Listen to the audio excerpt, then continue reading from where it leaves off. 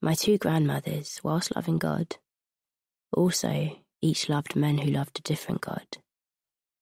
And in the Gambia, in 1965, if you were born to African Christian fathers, you weren't expected to fall in the kind of love that swapped your father's last name for a Southeast Asian man's.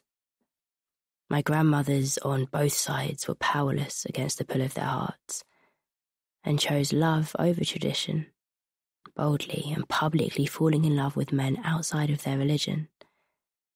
To them, love should always come first, before any career.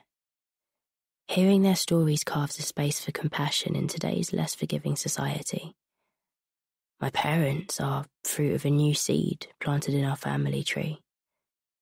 They were born from the audacity of love.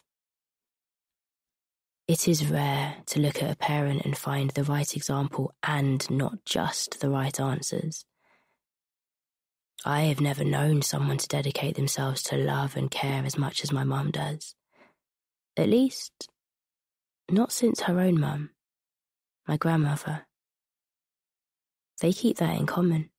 It's a religion we're still guided by, this promise to each other.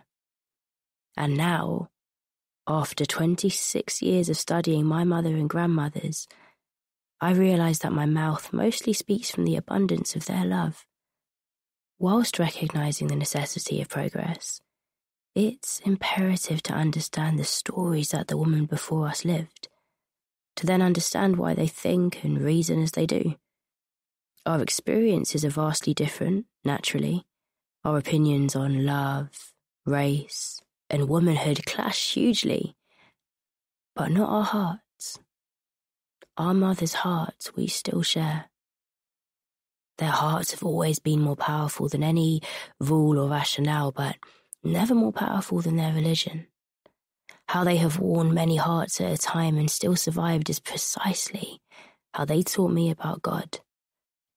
And with God, they taught me power. And with power, they opened my eyes to politics. And with politics, they showed me people. And from people, they gave me poetry.